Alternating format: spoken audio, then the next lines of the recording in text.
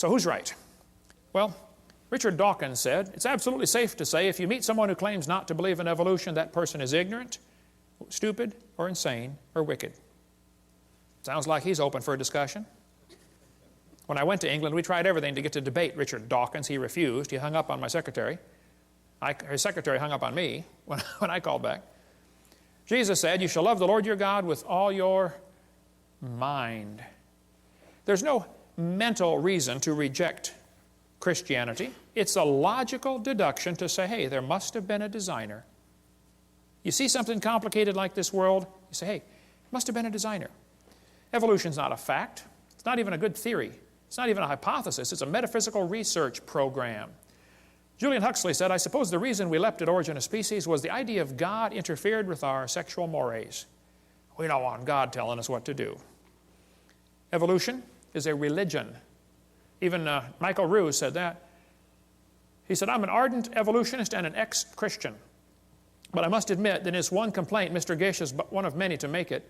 The literalists are absolutely right. Evolution is a religion.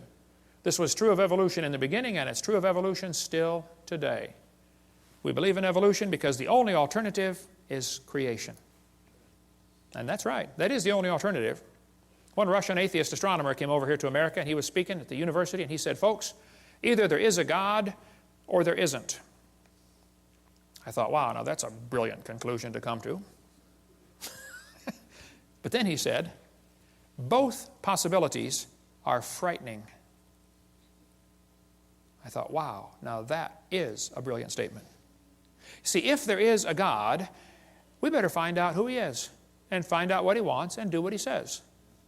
If there is no God, we're in trouble. We're hurtling through space at 66,000 miles an hour and nobody's in charge.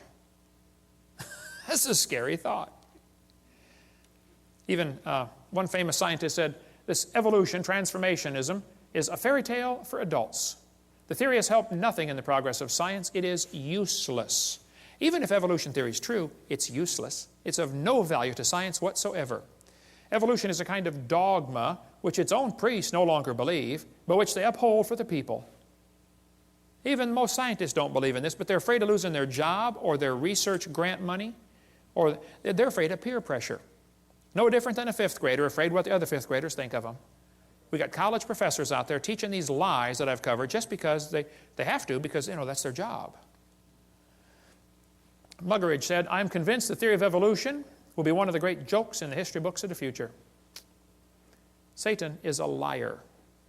And everything about this theory is based on lies. Even Thomason said, these people who go about teaching evolution are great con men. The story they are telling may be the greatest hoax ever. We do not have one iota of fact to support this evolution theory. So Fred Hoyle, the famous astronomer, said, well, life is so complicated, it could not have evolved on Earth, so it must have come from outer space. Well, duh.